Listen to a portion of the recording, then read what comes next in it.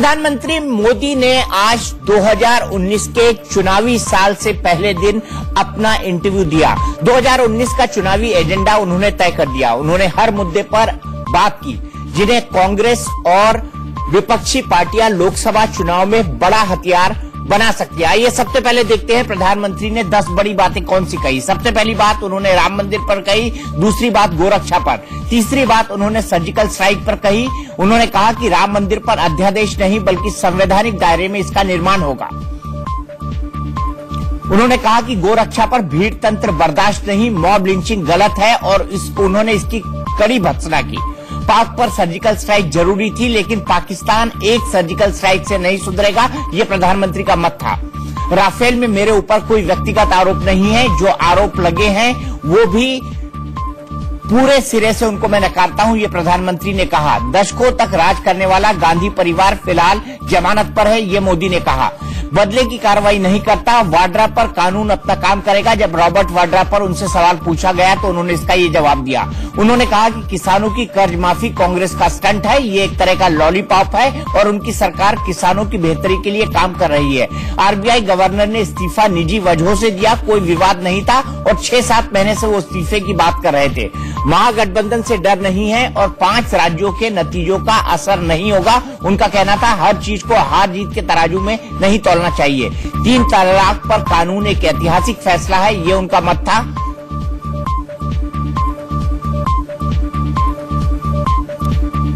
प्रधानमंत्री नरेंद्र मोदी ने चुनावी साल के पहले दिन अपने इंटरव्यू में 2019 का चुनावी एजेंडा तय कर दिया। उन्होंने हर उस मुद्दे पर बात की जिन्हें कांग्रेस और विपक्षी पार्टियां लोकसभा चुनाव में बड़ा हथियार बना सकती हैं। विपक्षी नजर में फिलहाल सबसे बड़ा मुद्दा है नोटबंदी और जीएसटी। कांग्रेस इन दोनों को मोदी सरकार की सबसे बड़ी नाकामी और अर्थव्यवस्था पर सर्जिकल स्ट्राइक बताती रही है। सुनिए नोटबंदी और जीएसटी पर मोदी का क्या दावा है। 2018 में ये जो चुनाव हुए, बहुत से राजनीतिक विशेषज्ञ कहते हैं that the reason for the loss was एक तो नोटबंदी और फिर जीएसटी के पुअर इम्प्लीमेंटेशन। अगर आप पीछे देखें तो क्या नोटबंदी की जरूरत थी? उसके ऑब्जेक्टिव्स जो थे वो आप देखिए, हमारे देश में बार बार खबरें आती थी काला धन, और कोई इस बात से इनकार नहीं करता है कि देश में पैरेलल इकोनॉमी चल रही थी। इसका कोई इनकार नहीं कर सकता। उद्योगपतियों के घर से, व्यापारियों के घर से, बाबुओं के घर से बिस्तर के नीचे से नोटें मिलती थी, बोरे भर भर के पड़ी हुई नोटें मिलती थी। ये सारी चीजें इस बात का द्योतक है कि हमारे देश में फॉर्मल इकोनॉमी की बहुत अनिवार्यता थी। ये पैरेलल जो इकोनॉमी थी इसने देश को एक प्रकार से भीतर से खोखला कर दिया था। नोटबंदी ने सबसे बड़ा काम किया है और जो आने वाले दिनों में देश को बहुत ही मजबूती, आर्थिक रूप से मजबूती देने वाला है, और वो है ये जो बोरे भर भर करके नोटें पड़ी रहती थी वो बैंकिंग व्यवस्था में आई है। दूसरा, आज आप नई पीढ़ी से बात करो, वो कहते भाई हमारे माँ बाप को जो करना पड़ा। उस जमाने में शायद टैक्स रिजीम ऐसे थे, अब हम ईमानदारी से करना चाहते। एक ईमानदारी का माहौल बना है। दूसरा, आप पहले की तुलना में टैक्स नेट में जो संख्या थी वो बढ़ी है। इसको क्या कहेंगे? इसकी सफलता कहेंगे कि नहीं कहेंगे? आज लोगों को बैंकिंग सेक्टर के माध्यम से खुला काम करने का इच्छा जग रही है। इसको हम अच्छा मानेंगे कि नहीं मानेंगे? दूसरा, हमारे देश में करेंसी जीडीपी की तुलना में कम होती जा रही है। ये अपने आप में एक शुभ संकेत है।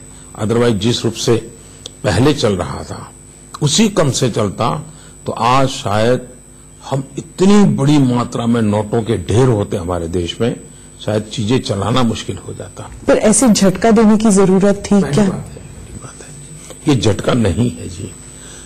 1 साल पहले हमने देश को कहा था कि ये एक व्यवस्था है, अगर आपके पास इस प्रकार का धन है तो आप जमा कराइए और उसमें से आपको इतना दंड देना पड़ेगा, आपको मदद मिल जाएगी।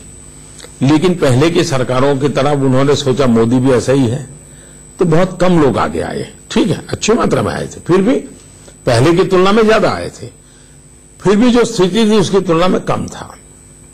उसके बाद मैंने एक बार मीडिया के माध्यम से कहा था कि ये इसका फायदा उठाइए, पार्लियामेंट में भी कहा था, अगर हम इसका फायदा नहीं उठाते हैं तो परिस्थितियां ठीक करने के लिए हमको कोई कदम उठाने पड़ेंगे। ये रातों रात नहीं हुआ है जी, 1 साल भर ये प्रक्रिया चली है, बार बार कहा गया है, उसके बाद ये करना पड़ा है और ये देश के स्वास्थ्य के लिए ये करना जरूरी था, आर्थिक स्वास्थ्य के लिए करना जरूरी था।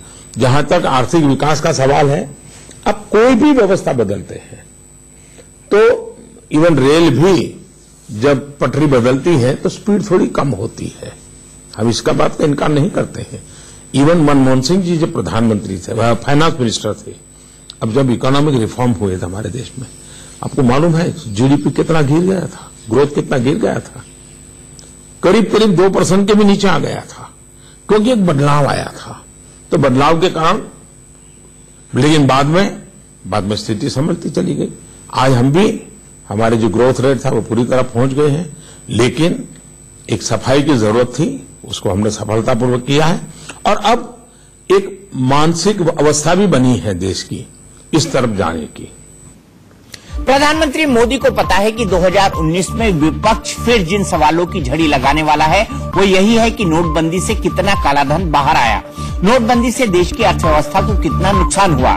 जीएसटी को राहुल गांधी गब्बर सिंह टैक्स कहकर मोदी पर हमला करते रहे हैं। उसी का पलटवार करने के लिए मोदी को याद दिलाना पड़ा कि पहले कई चीजों पर 30 से 40% टैक्स लगता था, लेकिन अब 500 से ज्यादा वस्तुएं ऐसी है जिस पर 0% जीएसटी है।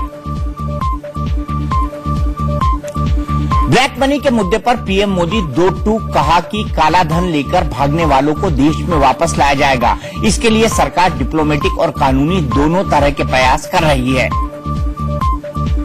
ब्लैक मनी की बात की, पैरेलल इकोनॉमी की बात की, तो क्या इकोनॉमिक ऑफेंडर्स जिनको आपने कहा था कि आप उनको भारत वापस ले आएंगे, वो अभी भी मेहुल चोकसी हो जाए, नीरव मोदी हो जाए, विजय मल्ल्या, अभी भी वो बाहर हैं? वो जो ऑब्जेक्टिव्स थे पैरेलल इकोनॉमी बंद करने की और इकोनॉमिक ऑफेंडर्स को वापस लाने की, वो ऑब्जेक्टिव्स अभी खत्म नहीं हो पाए। You not been able to meet them. आखिर भागना क्यों पड़ा? अगर पहले जैसी सरकार होती, यही दोस्ताना चलता, लूटना है लूटते चले, देना है देता चले, खाना है खाता चले, तो फिर उनको भागना भी नहीं पड़ता। इन लोगों को भागना इसलिए पड़ रहा है कि यहां पर उनको कानून नियमों का पालन करना पड़ेगा, पाई पाई चुकता करनी पड़ेगी, और इसलिए भागे हैं। जो भागे हैं उनको लाने के लिए अंतर्राष्ट्रीय कानून होते हैं, अंतर्राष्ट्रीय नीति नियम होते हैं, उसका पूरा उपयोग किया जा रहा है। ऐसे भगोड़ों के लिए मजबूत से मजबूत हमने कानून बनाए हैं, उनकी संपत्ति जब्त करने का कानून बनाया है। इतना ही नहीं, विदेशों में उनकी संपत्ति है तो उसको भी जब्त करने का कानून बनाया है। इसलिए सरकार के हाथ में जितने विषय हैं उनका पूरी तरह हम उपयोग कर रहे हैं, और मैं विश्वस्त हूं कि पहले इस देश से भागे हुए कोई वापिस नहीं आए। इस सरकार के समय भागे हुए लोग आज नहीं तो कल कभी न कभी आएंगे। डिप्लोमेटिक चैनल से भी प्रयास हो रहा है, कानूनी तरीके से भी प्रयत्न हो रहा है, कानून बनाकर के संपत्ति जब्त करने की दिशा में भी प्रयास हो रहा है, और हम हिंदुस्तान का पाई पाई जो चुराने वाले लोग हैं, हम पाई पाई वापस लाने के लिए प्रतिबद्ध है। दूसरा, कभी अंतर्राष्ट्रीय फोरम में मैं नया था, मैं G20 में गया था, पहली मेरी G20 समिट थी। उस G20 समिट में मैंने काले धन और बैंक अकाउंट में जो पैसे रखे जाते हैं विदेशों में, जो एक प्रकार से हेवन बन चुके हैं, उसके संबंध में विस्तार से विषय रखा था। और पहली बार G20 समिट में सभी देशों ने मिलकर के इसको एक गंभीर समस्या माना था। उसको टेररिज्म फंडिंग होता है, ये भी चर्चा आई थी, और आज दुनिया के देश जानकारियां देने के लिए तैयार हुए हैं। भारत ने कई देशों के साथ एग्रीमेंट किया है कि ऐसे देशों में जो पैसे आएंगे तो आने वाले समय में हमें वो रियल टाइम जानकारी देंगे, और 2019 के बाद ये करीब करीब रियल टाइम जानकारियों का सिलसिला शुरू हो जाएगा, और इसलिए ब्लैक मनी को वापस आना ही पड़ेगा। 2019 के चुनाव में किसान बड़ा मुद्दा बन चुके हैं। कांग्रेस ने किसानों की कर्ज माफी के लिए सरकार को ललकारना शुरू कर दिया है। एमपी, राजस्थान और छत्तीसगढ़ में किसानों की कर्ज माफी का ऐलान करके कांग्रेस ने बीजेपी पर दबाव बढ़ा दिया है। सुनिए 2019 को अपने पहले इंटरव्यू में किसानों और कर्ज माफी की राजनीति पर क्या बोले प्रधानमंत्री मोदी। बहुत से लोग कहते हैं कि किसान के लिए मोदी जी ने इतना नहीं किया जितना कि वो कहते हैं, और राहुल गांधी ने जो लोन माफ किया है उसको आपने लॉलीपॉप कहा। अब आप किसान को देख लीजिए, जब मुसीबत पड़ती है और वो लोन वापस नहीं कर पाता, उसको कर्जा, उसमें क्षमता नहीं है कर्जा वापस करने की, और दूसरी तरफ है जो इकोनॉमिक ऑफेंडर्स, वो मजा लूट रहे हैं, बाहर बैठे हुए हैं, तो उन्हें तो लगेगा कि राहुल गांधी उनके साथ है या कांग्रेस पार्टी गरीबों के साथ है, किसान के साथ है। इसके लिए आप क्या कहेंगे? पहली बात है कि ये झूठ बोलना, लोगों को भ्रमित करना, उसको मैं लॉलीपॉप कह रहा हूं। दूसरी बात है, कौन सा झूठ से? जैसे कि हम सब किसानों को कर्ज माफ किया, हकीकत है नहीं किया, हकीकत है नहीं किया है। आप उनके अपने सर्कुलर देख लीजिए।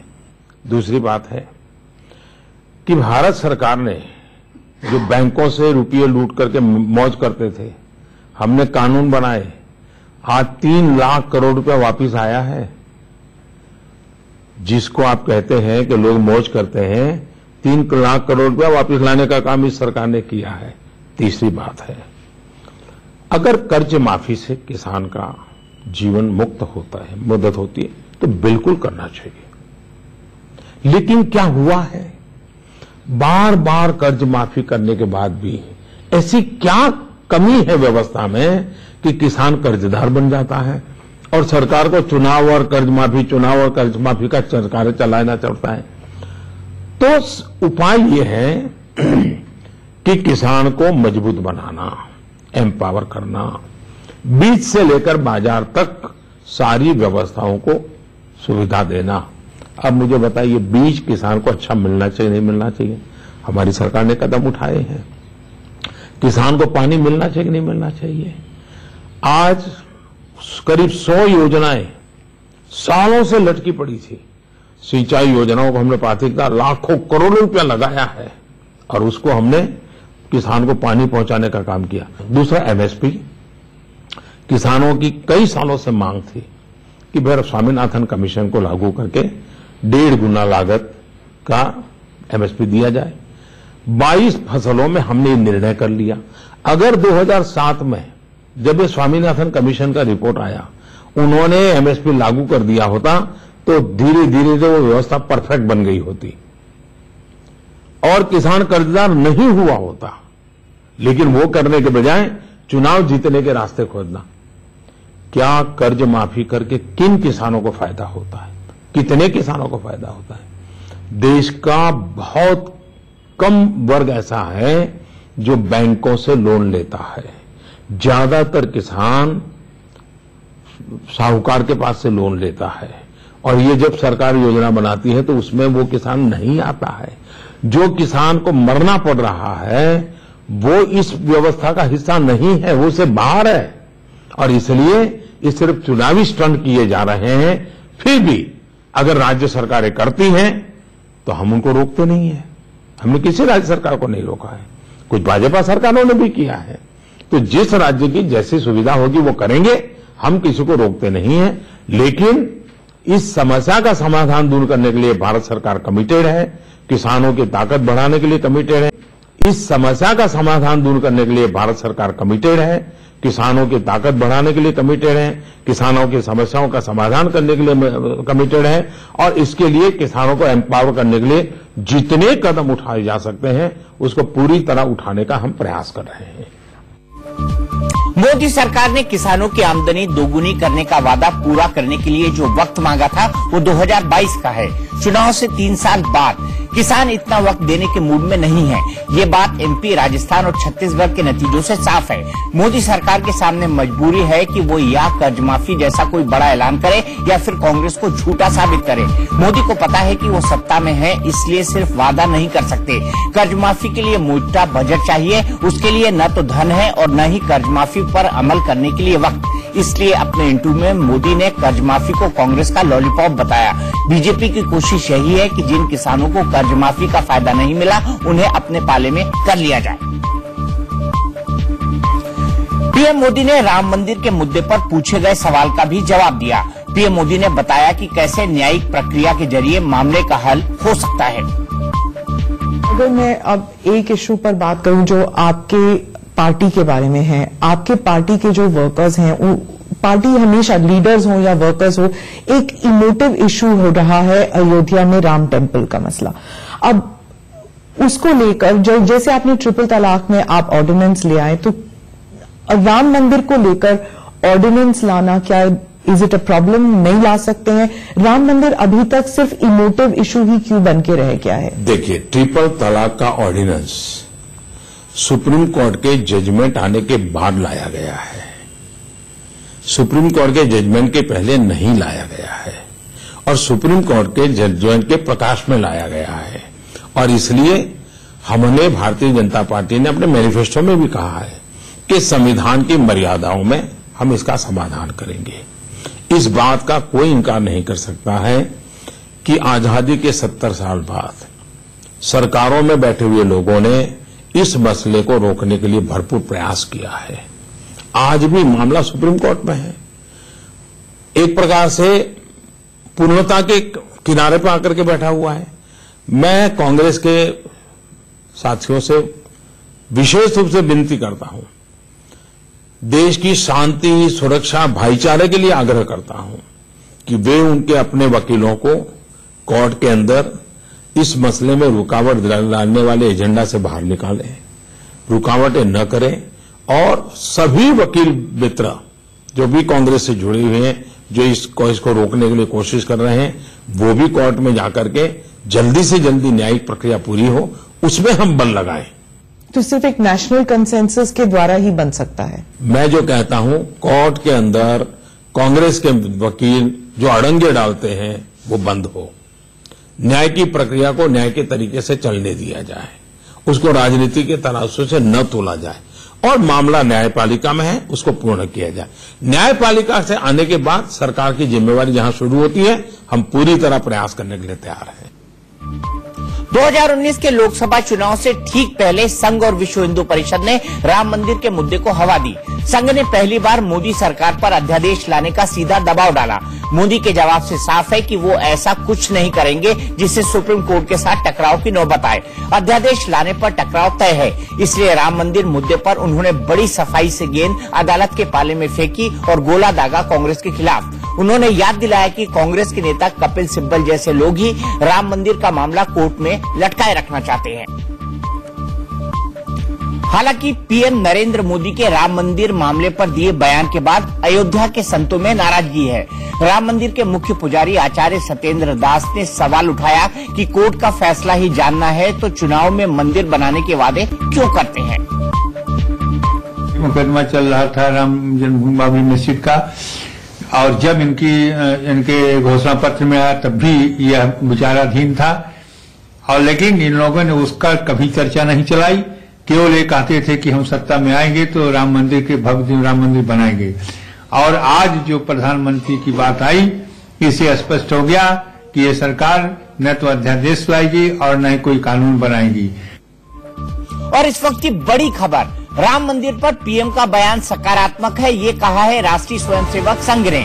प्रधानमंत्री ने राम मंदिर निर्माण का संकल्प दोहराया है, ये कहना है संघ का। संघ ने ट्वीट कर राम मंदिर को लेकर पीएम के बयान का समर्थन किया है।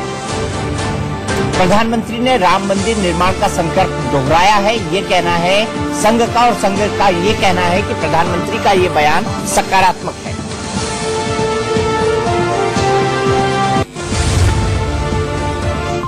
राम मंदिर पर फिलहाल अध्यादेश न लाने से जुड़े पीएम के बयान के बाद भी आरएसएस मंदिर निर्माण पर अड़ गया है। भैयाजी जोशी ने कहा है कि राम मंदिर पर फैसला सरकार को करना है। हमने तो हमारी मांग रखी है, कानून बनाने की बात रखी है, बस और कुछ नहीं। सरकार कह रही है कि कोई भी अध्यादेश नहीं आएगा इस मामले में, देखेंगे, कानूनी प्रक्रिया नहीं पूरी होगी। देखेंगे। साधु संतों ने प्रयाग में ऐलान किया कि राम मंदिर होना चाहिए। अब किसने नहीं किया, सबने किया है। जो सत्ता में बैठे उन्होंने भी कहा राम मंदिर बनना चाहिए। केवल इस देश में रहने वाले सभी की इच्छा है कि राम मंदिर बनना चाहिए। तो कानूनी प्रक्रिया का इंतजार करेंगे आप? देखते क्या होता है। संघ ने कहा था लड़ेंगे नहीं अड़ेंगे, अभी अड़क के बैठे ही है। पीएम मोदी से जब गोरक्षा के नाम पर हिंसा और मॉब लिंचिंग का सवाल पूछा गया तो उन्होंने ऐसी घटनाओं की निंदा की। पीएम मोदी ने असहिष्णुता के सवाल पर भी अपना पक्ष रखा। आपने नेशनल सिक्योरिटी सुरक्षा के मामले में बात की, तो उसमें काउस को लेकर, गाय को लेकर जो लिंचिंग हो रही है, कांग्रेस पार्टी और बुद्धिजीवी और यहां तक कि अब नसीरुद्दीन शाह खुद कह रहे हैं कि मुसलमान जो है वो अपने आप को महफूज नहीं समझता हिंदुस्तान में, और अब इमरान खान कह रहे हैं कि वो भारत के प्रधानमंत्री को सिखाएंगे कि माइनॉरिटी से कैसे सलूक किया जाता है। तो आपका स्लोगन था सबका साथ सबका विकास, तो अब आप बताइए कि ये इनसिक्योरिटी मुसलमानों में क्यों है, और इसके लिए आप एक एम्पैथी क्यों नहीं आ रही बीजेपी के लीडर से? पहली बात है कि ऐसी कोई भी घटना सभ्य समाज को शोभा नहीं देती है। ऐसी घटनाओं के पक्ष में कभी भी आवाज उठनी नहीं चाहिए। ये गलत है, सरासर निंदनीय है। दूसरी बात है, क्या ये 2014 के बाद शुरू हुआ है? तो ये समाज के अंदर आई हुई एक कमी का भी परिणाम है। इस स्थिति को सुधारने के लिए हम सब ने मिलकर के प्रयास करना चाहिए। मैं इस सरकार में ये होता है और उस सरकार में वो होता था, उस चर्चा को बढ़ाने के पक्ष में नहीं हूं। एक भी घटना हो गलत है, ये मेरा स्पष्ट मत है। दूसरी बात है कि महात्मा गांधी जो कह रहे थे, आचार्य विनोबा जी भावे कह रहे थे, भारत के संविधान में जो भावनाओं को प्रकट किया गया है उसका भी आदर करना हम सबकी जिम्मेवारी है। देश के सभी नागरिकों की जिम्मेवारी हो। हम दूसरे की भावनाओं का आदर करें तो हमारी भावनाओं की भी रक्षा होती है। ये माहौल बनाने में सभी समझदार लोगों ने रोल करना चाहिए। तीसरी बात है, दुनिया में अरब कंट्री के एक बहुत बड़े मुस्लिम विद्वान हैं, उन्होंने एक बहुत अच्छा आर्टिकल लिखा था, मैंने 1 साल पहले पढ़ा था। इन्होंने कहा भारत से हमने सीखना चाहिए। दुनिया के लोग कह रहे हैं कि जहां विश्व के सभी संप्रदाय हैं, बहुत बड़ी मात्रा में जनसंख्या है हर एक संप्रदाय की, लेकिन इतने प्यार से मिलजुल करके जीते हैं, रहते हैं, जबकि हम एक ही संप्रदाय में मानने वाले लोग मारने काटने पर तुले हुए हैं। ये गल्फ कंट्रीज के अंदर से लिखा हुआ एक मुस्लिम स्कॉलर का आर्टिकल है। भारत को गर्व करना चाहिए कि हम सदियों से मिलजुल करके जी रहे हैं। समाज में घटनाएं नहीं होनी चाहिए, लेकिन समाज का जो मुख्य फैब्रिक है वो क्या है उसको हमने समझना चाहिए। और कोई किसी को हर चुनाव के पहले असहिष्णुता लोगों को देखने लग जाती है, डर लगना लग जाता है, तो किसी का लोगों का एजेंडा होता है। ऐसी व्यक्तिगत टीका टिप्पणी के तो सबका साथ सबका विकास, सबका साथ सबका विकास। 18,000 गांव में बिजली नहीं थी। हम ये पूछने नहीं गए कि किस संप्रदाय का गांव था और 18,000 गांव को बिजली। हम सौभाग्य योजना से आगे बढ़ रहे हैं। देश के अंदर 4 करोड़ परिवार ऐसे ध्यान में आए कि जिनके पास बिजली नहीं है। हम ये नहीं पूछते कि किस संप्रदाय से है, वो मंदिर जाता है कि मस्जिद जाता है, गुरुद्वारा जाता है, ये हमारा काम नहीं है। 4 करोड़ परिवारों के घर में बिजली का दिया जलना चाहिए। हमने तय किया कि माताएं बहनें चूल्हा जलाने से, लकड़ी के चूल्हे से धुएं की जिंदगी जीती है। हर एक को उससे मुक्ति दिलाने के लिए उज्ज्वला योजना तक गैस पहुंचाना चाहिए। कौन किस मजहब की मां है इससे हमारा लेना देना नहीं है। हर मां को मुक्ति मिलनी चाहिए। हर घर में गैस का चूल्हा पहुंचे, उस दिशा में हम लगे हुए। 5 करोड़ 6 करोड़ के करीब पहुंचा दिए हैं। 8 करोड़ तक पहुंचाने का लक्ष्य है और वो भी हम पूरा करके रहेंगे। दरअसल जब से मोदी सरकार आई है तब से मॉब लिंचिंग की वारदातों में तेजी आई है। अब बुलंदशहर कांड के बाद पूरे देश में गोरक्षा के नाम पर खून खराबा सुर्खियों में है। चूंकि गोरक्षकों को बीजेपी और संघ का खुला समर्थक माना जाता है, इसलिए मोदी सरकार के खिलाफ विपक्ष इसे 2019 का बड़ा मुद्दा बना सकता है। गोरक्षकों की हिंसा पर मोदी पहले भी कह चुके हैं कि गोरक्षा के नाम पर गुंडागर्दी बर्दाश्त नहीं होगी। लोकसभा चुनाव से पहले उन्होंने अपना यही संदेश दोहराया है। पीएम मोदी ने कांग्रेस द्वारा उठाए जा रहे सबसे बड़े मुद्दे राफेल पर भी जवाब दिया। पहली बार राफेल पर बोलते हुए पीएम ने बड़ी बात कही। उन्होंने कहा कि इस मामले में आरोप सरकार पर हैं, उन पर व्यक्तिगत कोई आरोप नहीं है। ये मेरे पर व्यक्तिगत आरोप नहीं है, एक सरकार पर आरोप है। सरकार पर आरोप, मेरे पर व्यक्तिगत आरोप है तो उनको खोज करके निकालना चाहिए कि किसने दिया, क्या दिया, कहां रखा, सब निकालना चाहिए उन्होंने। दूसरी बात है कि संसद में मैंने विस्तार से इसका जवाब दिया है। जहां भी मुझे पब्लिक में बोलने का मौका मिला है मैंने इस विस्तार से बताया है। तीसरी बात है, सुप्रीम कोर्ट तक मसला क्लियर हो चुका है। सुप्रीम कोर्ट ने उसके बाल की खाल उधेड़ करके सारी चीजें निकाल करके रख दी है। फ्रांस के राष्ट्रपति जी ने बयान दे दिया है, भारत के प्रधानमंत्री ने बयान दे दिया है। उनको इतना कर लीजिए, जो इतने सवाल मुझे पूछ रहे हैं, वे जब भी बोले तो आप इतना कोई मीडिया में हिम्मत होनी चाहिए, उनको पूछे कि ठहरिए भाई, आप बताइए, सिद्ध कीजिए, आप जो आरोप लगा रहे हैं हमें बताइए। ऐसे पत्थर मार के भाग मत जाइए, कीचड़ उछाल करके भाग मत जाइए। एक तो सवाल पूछिए उनको, कहीं तो देख भाई, हाँ यहां का लिंक यहां का लिंक यहां है। ये तो दे नहीं पा रहे, बोलते चले जा रहे हैं जी। अब मुझे बताइए, उनको ये बोलने की बीमारी है तो मुझे बार बार उसी में उलझते रहना चाहिए क्या? मैंने एक बार जवाब दे दिया, पार्लियामेंट में दे दिया, सुप्रीम कोर्ट से मामला आया। दूसरी बात है, देश में चर्चा ये होनी चाहिए कि आजादी के बाद लगातार डिफेंस डील हमेशा विवादों में क्यों आए हैं? ऐसा कौन सा वर्क कल्चर बना है कि देश में इस प्रकार से डिफेंस डील को ही विवादों में डाल करके हमारे देश की सेना को और दुर्बल करने का षड्यंत्र कौन कर रहा है? क्या कारण है? दूसरी बात है, डिफेंस डील में दलालों को क्या जरूरत है?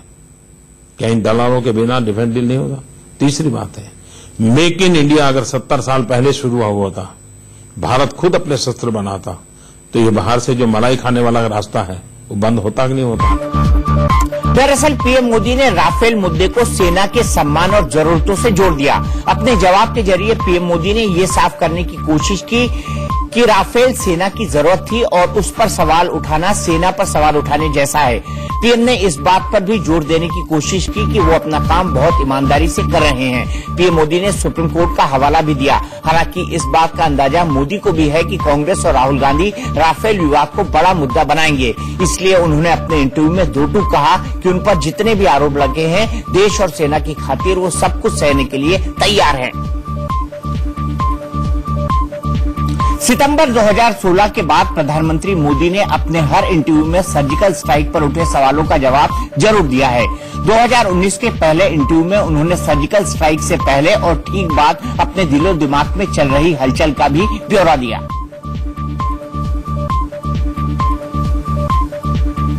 उसके बाद बहुत से पूर्व सैनिक जो हैं उन्होंने कहा कि सर्जिकल स्ट्राइक्स का राजनीतिकरण नहीं होना चाहिए था, लेकिन हर इलेक्शन में जो उसके बाद जो इलेक्शन हुए हैं बीजेपी उसे एक सक्सेस और एक पॉलिटिकल तौर पर उसका इस्तेमाल कर रही है। क्या ये गलत है?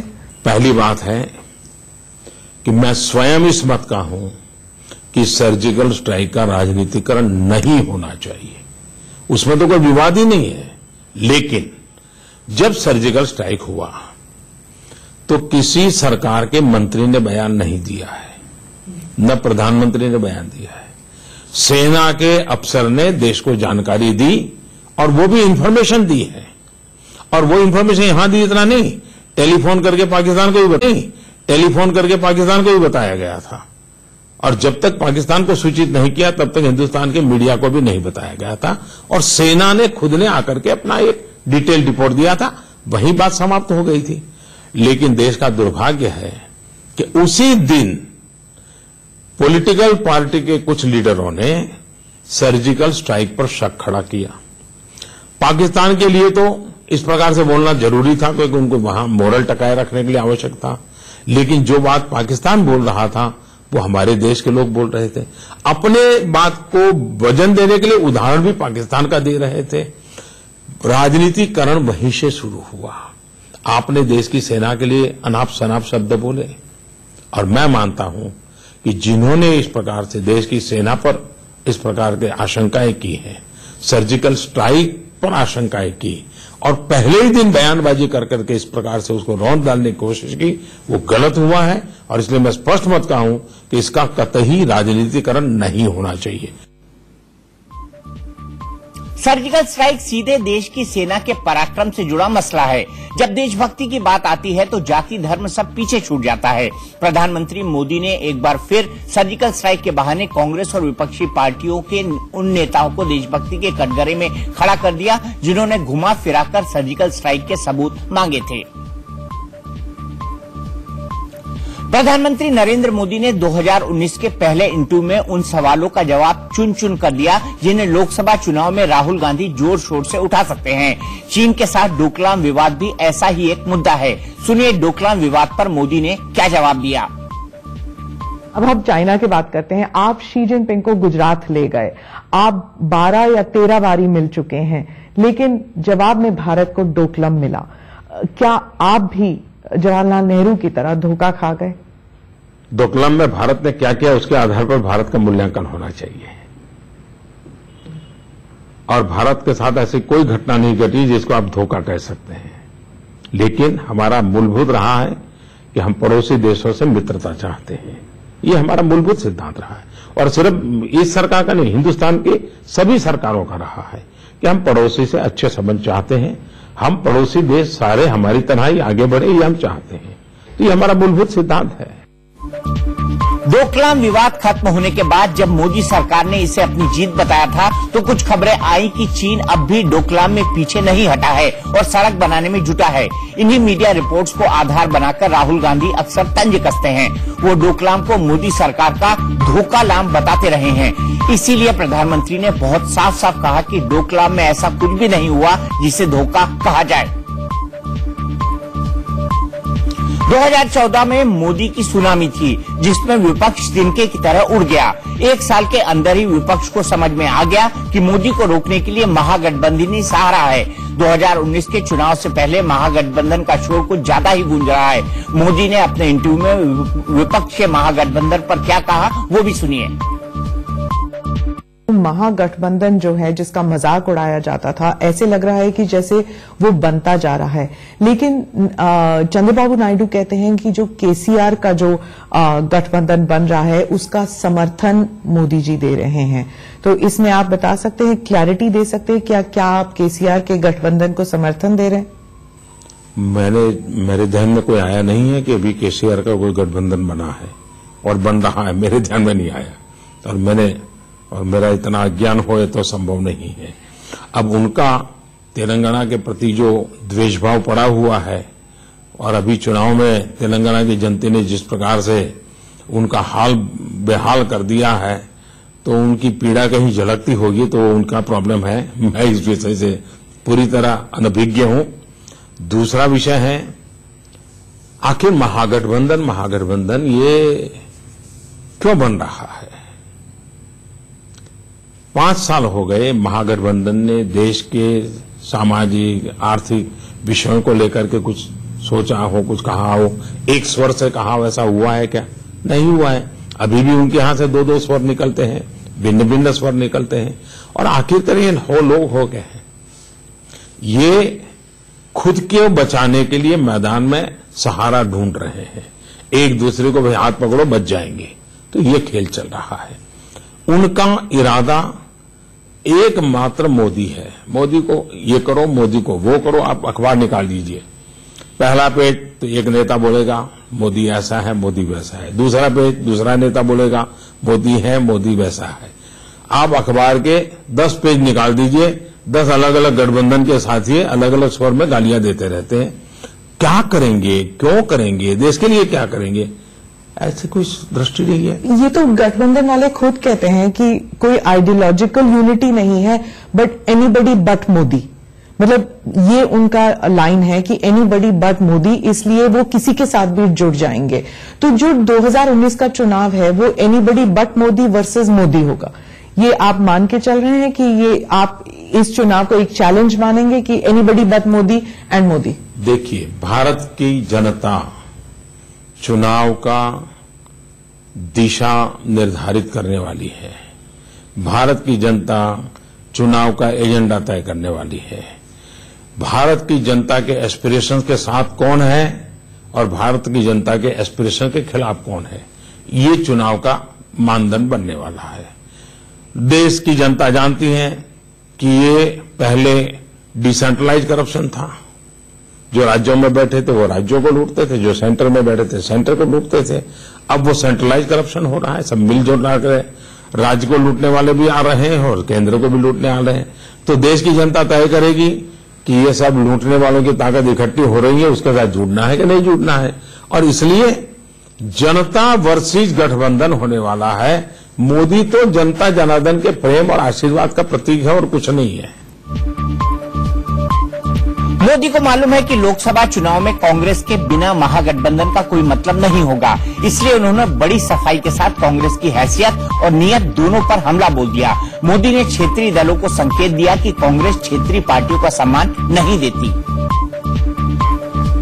लगातार चुनाव जीतकर कांग्रेस मुक्त भारत के सपने को साकार कर रही मोदी शाह की करिश्माई जोड़ी को 5 राज्यों में हुए विधानसभा चुनाव में बड़ी हार का सामना करना पड़ा। 2019 में फिर से इस जोड़ी के करिश्मे को लेकर पीएम मोदी ने जवाब दिया। मोदी ने कहा, परिवारवाद, जातिवाद और भ्रष्टाचार ये कांग्रेस का कल्चर है और मैं इस कल्चर को देश से मुक्ति दिलाऊंगा। ठीक है, अगर उनके नैरेटिव पे ना जाएं, अगर आपके नैरेटिव पे जाएं, तो आप 2013 से आपके नैरेटिव में कांग्रेस मुक्त भारत कई बार आ चुका है, लेकिन जिस तरह नतीजे आ रहे हैं, सामान्य जो नागरिक है वो कांग्रेस को एक विकल्प, एक ऑप्शन मान रहा है। इसीलिए तो हिंदी हार्टलैंड में जहां आपकी इतनी जड़ स्ट्रांग थी, अब वहां पर कांग्रेस की सरकार आ गई है। तो कांग्रेस मुक्त भारत का जो गोल था आपका, वो तो साकार नहीं हो पा रहा। मैंने इसकी बहुत बड़ी व्याख्या विस्तार से की है, पहले भी की है, आज कर रहा हूं ऐसा नहीं है। देखिए, कांग्रेस के लोग भी कहते हैं कि कांग्रेस एक सोच है, कांग्रेस एक कल्चर है। इतने सालों तक मुख्य धारा में वो कल्चर रहा और उसके कारण कम अधिक मात्रा में हिंदुस्तान के राजनीतिक जीवन का वो कल्चर बन गया। सभी दिलों में कुछ न कुछ रूप से पहुंच गएगा। और वो कल्चर क्या? जातिवाद, परिवारवाद, वंशवाद, अनडेमोक्रेटिक, करप्शन, भाई भतीजावाद, इसके आसपास से राजनीतिक कल्चर, यानी कांग्रेस इसको प्रमुखतया प्रतिनिधित्व करती है। मैं जब कांग्रेस मुक्त कहता हूं तब मैं इस प्रकार की सोच के खिलाफ, इस प्रकार के कल्चर के खिलाफ देश को मुक्त कराना चाहिए। और मैंने यहां तक कहा है कि कांग्रेस को भी कांग्रेस कल्चर से मुक्त होना पड़ेगा। इंस्टीट्यूट रहे या न रहे ये चर्चा का विषय नहीं। तो और मैं तो मानता हूं कि लोकतंत्र में मजबूत विरोधी दल होना चाहिए, लेकिन दुर्भाग्य है कि आज देश को एक बहुत बड़ी कमी महसूस हो रही है कि कांग्रेस उस काम को करने में भी विफल गई है। नहले पे दहला में फिलहाल एक ब्रेक, लेकिन ब्रेक के बाद बताएंगे कांग्रेस ने प्रधानमंत्री के इस इंटरव्यू पर क्या प्रतिक्रिया दी।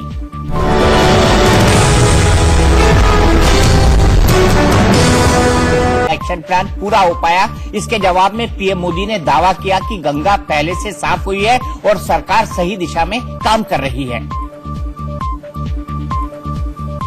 प्रधानमंत्री जी, जब आप बनारस गए थे 2014 में, आपने कहा था मां गंगा ने मुझे बुलाया है, लेकिन क्या 4.5 साल बाद अभी भी गंगा क्लीन अप एक्शन पूरा नहीं हुआ? आपको लगता है आपका वायदा पूरा नहीं हुआ अभी तक? ये बात मैं आज भी मानता हूं। जब टीवी के लोग मुझे पूछ रहे थे तो मेरे भीतर से निकली हुई आवाज थी वो कि मां गंगा ने बुलाया है, और एक बेटे के रूप में मैंने ईमानदारी से प्रयास किया है। 5 राज्य इसके साथ लेकर के मुझे चलना है। अभी तो 4 राज्यों में भाजपा की सरकार है तो थोड़ा सरल हो गया। पहले अलग अलग सरकारें थी तो उनका अपना एक प्राथमिकता कुछ अलग थी। मैं किसी को दोष देना नहीं चाहता हूं, लेकिन हमने एक काम जरूर किया। जब राजीव गांधी के जमाने से इतने पैसे खर्च किए गए, ये सफलता क्यों नहीं मिली? तो हमने उसका पूरा अध्ययन किया। अध्ययन करने के बाद उसमें जो कमियां थी उसको कैसे ठीक किया जाए, तो हमने पूरी रणनीति उस प्रकार से बनाई और काफी अच्छा प्लानिंग करके काम किया है। अब आप देखिए 120 साल पुराना एक नाला जो करोड़ों लीटर पानी, गंदा पानी गंगा में डालता था, 120 साल के बाद अभी वो बंद किया गया। अभी 4000 गांव जो गंगा के तट पर है वो सभी ओपन डेफिकेशन फ्री हो गए।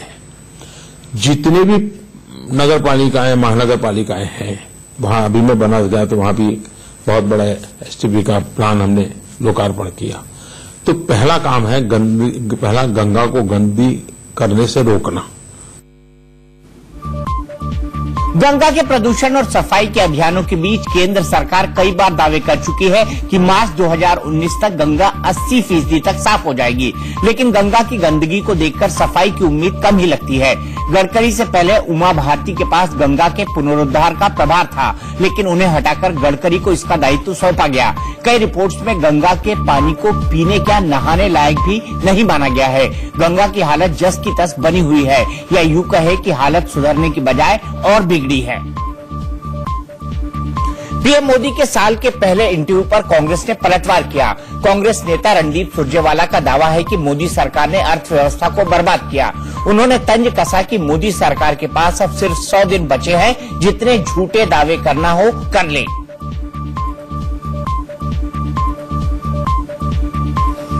अगर पहले दिन की शुरुआत ही मैं, मेरा, मुझे और मैंने से करेंगे तो देश भी फिर हम की और चल आपको चलता करने की तैयारी कर रहा है। 100 दिन अब आपके बचे हैं और उल्टी गिनती चालू है। देश उम्मीद कर रहा था कि 10 वो मुद्दे जो आपने इस देश से 55 महीने पहले वादे किए थे, उन पर आप प्रकाश डालेंगे। राम मंदिर पर प्रधानमंत्री के लीगल प्रोसेस के बाद ऑर्डिनेंस लाने से जुड़े बयान पर एनसीपी के माजिद मेनन ने तंज कसा। उन्होंने कहा कि प्रधानमंत्री का यह बयान करोड़ों राम भक्तों के लिए निराशाजनक है। उन्होंने बीजेपी पर राम के नाम पर लोगों को धोखा देने का आरोप भी लगाया। कि अपने इस इंटरव्यू में जब प्रधानमंत्री मंदिर के बारे में बोलेंगे तो शायद कोई तारीख का आइडिया देंगे, बल्कि उन्होंने तो सारी उम्मीदें पर पानी फेर दिया ये कहकर कि लीगल प्रोसेस के बाद हम ऑर्डिनेंस की बात सोचेंगे।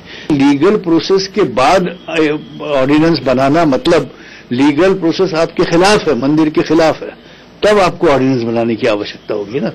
वरना लीगल प्रोसेस में सरकार, सुप्रीम कोर्ट ने मंदिर बनाने की कह दिया तो आवश्यकता कहां रही और कानून की। तो ये आप सोच के चल रहे हो कि सुप्रीम कोर्ट जो है वो आपके खिलाफ आदेश देगा। ये बहुत ही निराशाजनक बयान है मुख्यमंत्री।